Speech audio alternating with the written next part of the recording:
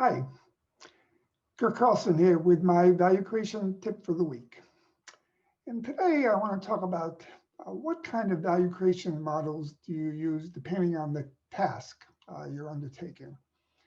And value creation models are a little bit like a toolkit for a carpenter. And the question is, are you using the right tool? Carpenters don't pick up a saw unless they've decided they need to saw a board. They don't pick up a hammer. And I see a lot of confusion about which models to use. And one of the points of confusion comes from what kind of a problem are you actually trying to solve? Is it a complicated one or is it a complex one? We've talked about that before. So let me just give some definitions quickly. Complicated problems are ones that have many parts. They can be combined in all kinds of different ways. They're often difficult to analyze, understand, or explain. So here's a simple example. It's a 1,000-piece picture puzzle of one color. So there's a solution. You just have to do weeks of work trying all the pieces until you finally make it work. And a lot of problems are like this. You kind of know what to do. The question is, you're going to do the work to get it done. Complex problems are very different than this. Complex problems are ones that are intrinsically difficult to model and to make sense out of because there's all kinds of dependencies and interactions and relationships, and the pieces can interact with each other in nonlinear ways. And the result is sudden things can happen. They can be big events. They can self-organize, and there's a lot of uncertainty. Of importance, complex systems show emergent behavior. They emerge. They just don't it's not just a fixed kind of solution. They emerge depending on the environment. So here's an example of a complex game. It's a multiplayer computer game. And it's a little bit more like life. There are people who come in and they're competing with each other. They have their own strategies. They're interacting with each other. You don't know exactly what they're doing. They don't know what you're doing. The game players are throwing in all kinds of extra challenges all the time just to make the game more interesting and more difficult. And as a player, you've got to somehow figure this out and kind of work your way through. So the solutions emerge. They just don't, come immediately to you because you don't know what all the things are that are going to happen. And most things in life emerge. Company cultures emerge. It usually takes years, if not decades. And most major innovations emerge, which is what I want to talk about. So back to innovation and value creation. Let's start first with incremental innovations. They tend to be more complicated than complex. Consider as a simple example, razor blades. Here you see a picture that symbolically shows the progression of number of blades from 1 to at least 5 in this picture. And who knows, maybe in Gillette's laboratories, they have razors now with 25 blades on them.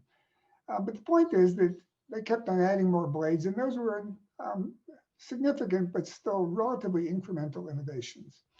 So what was the challenge here? Was the challenge that Gillette couldn't build these? No, they know how to build them. So that was more a complicated problem for them to put together the manufacturing technology and the distributors and all those things to be able to build the product. The complex part was all the business things, the customer adoption, distribution preferences, those kinds of things. Okay, now let's consider a transformational innovation, such as self-driving cars. Now that's a human-like complex problem. You can imagine all the things that can go wrong. The weather, ice, snow, night, day, kids running out on the street, drivers doing unpredictable things, just endless complexity in a situation like that.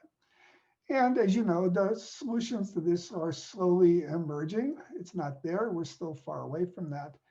And it consists of, all kinds of sensors and imaging systems, computer algorithms, general conceptual frameworks, and heuristics, which aren't much more than guesses about what to do in some of these really complicated situations.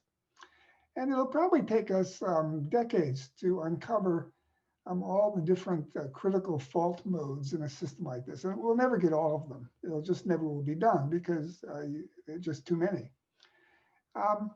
And so the solution here is going to emerge. And that really is a core property of complex systems. All major new innovations emerge as they work their way through the complexity of solving problems like this. One more note. In both these examples I gave, they contain both complicated and complex tasks, as I mentioned. The complicated part for the razors is building the razor. They can do that. The complex part is the business side of it. For autonomous self-driving cars, there are a lot of things in a car you can build straightforward. The complex part is both the technology for solving the problem, but also all the business issues of adoption and how people are going to respond to this kind of a technology. And the difference between these two in terms of their complex part is orders and orders of magnitude. And so when you start, you want to use very different models, value creation models, to help you solve them fast enough.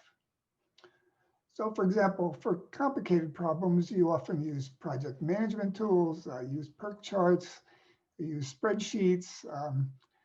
You might use Scrum or something like that if you were designing a website where the end state's pretty well known and you just want to interact very rapidly with your customer. That's a good thing to do. But basically, you know, when you're done, you're going to get a solution. The question is, how good of a job will it be? Now, when you start something like Siri, which we did, it's now on the iPhone, you don't know when you start, will you actually get a viable solution? We still can't be absolutely convinced that self-driving cars will be there. The solutions in those cases emerge.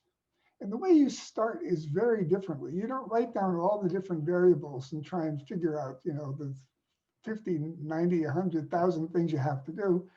What you try and do is get just the first few fundamental things right, because that sets the direction for how you're going to navigate your way through all of the complexity. So for example, I mentioned obviously NABC value propositions, what's the need, approach, benefits per cost, and competition, because those are the most fundamental questions for any new innovation. If you get them wrong, you don't know where you're going. I gave another hint in another video where I said, I was talking about where different technologies converge. I call them colliding exponentials. And where those colliding exponentials create new possibilities because they're so powerful when you bring them together. So self-driving cars is an example of that. Siri is an example of that. SpaceX is an example of that. Many of the big opportunities happen there.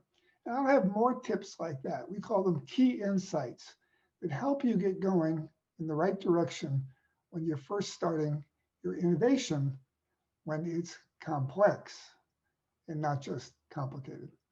So that's my tip for the week. All the best to you folks in the new year. And remember, it's through innovation that we're going to make the world a better place. Bye-bye.